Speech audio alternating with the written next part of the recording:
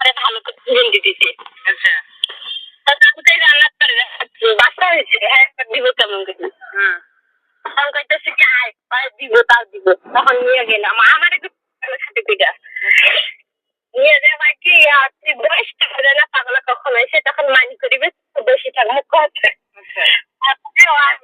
করা দিতেছি জান্নাদারে পায়ে দিতেছে। তখন আমি আবার কি করলাম, আমি এতটা মনেই করিনি ভাই ওদের মধ্যে সত্যি সত্যি মারা যেটা দিতেছে। তখন আমি কি হয়তো একটা বউয়ের কাছে সন্দেহ করবে। তখন আমি কি করছি ওই যে আমার গেছি খালি বাটি মাছতে গেছি বাবু গেছে এগুলি করতে আমার মতন আমি কাজ করতেছি এখানে ঘরে। হ্যাঁ যে ওরা মেহেন্দি দিতেছে এখানে আবার কি আছে, সমস্যা নেই। হ্যাঁ সমস্যা নেই ফিরে মারছে মানে সব কিছুতে। তখন আমি আমার মতন বাবু পায়খানা করছে এগুলি সুজাই দিতেছি থালি বাটি দিতেছি তারপরে আরো কিছু গল্প হয়েছে না কি হয়েছে এমন খাবা কিছু মনে করি নেই। তারপরে আবার তখন আমার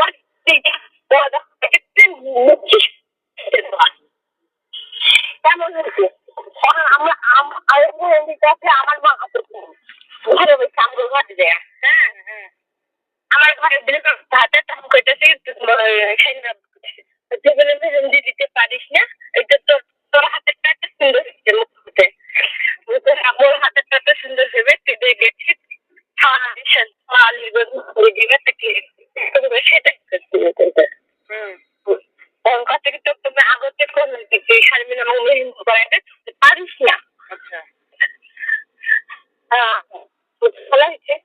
তারপরে দিন এলা ঘুরে নিয়ে আসলাম কই বাবু কে কে গেল জিয়ারতানে? শাড়ি না মুড়ি খাইতে দেবো। আচ্ছা তারপর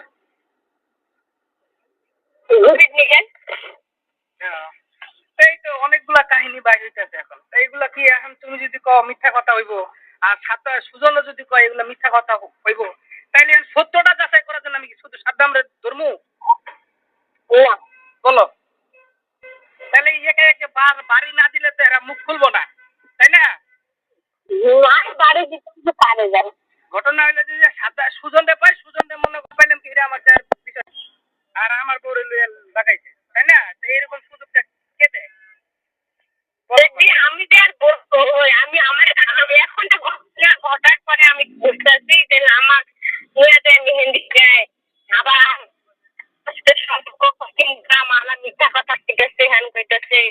তারপরে সাদ্দামের যে আগের বউ আসলো না আমি তো জানি না সাথে কথা কয় বা কি করে আমি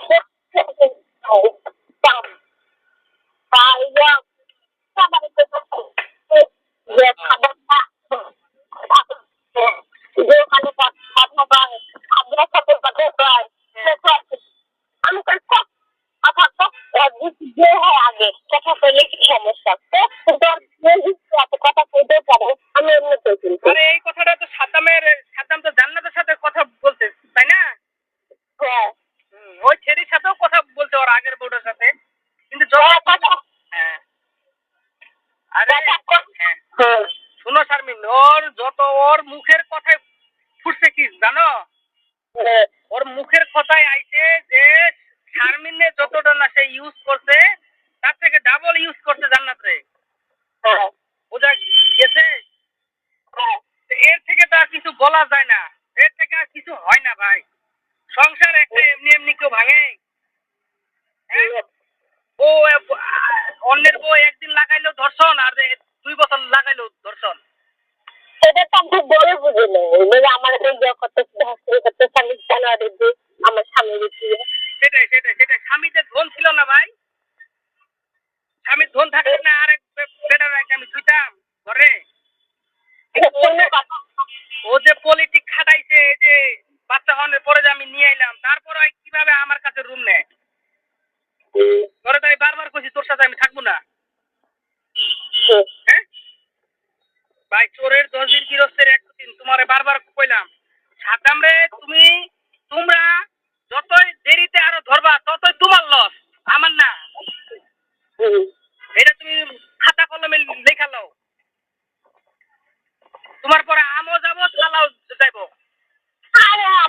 কিছু রাখাও নেই, আম্মু গেলে কি খালাও গেলে কি খালাই না গেলে কি এমনি বিধবা থাকো, ভাতা থুয়া বিধবা থাকো, সধবা থাকো?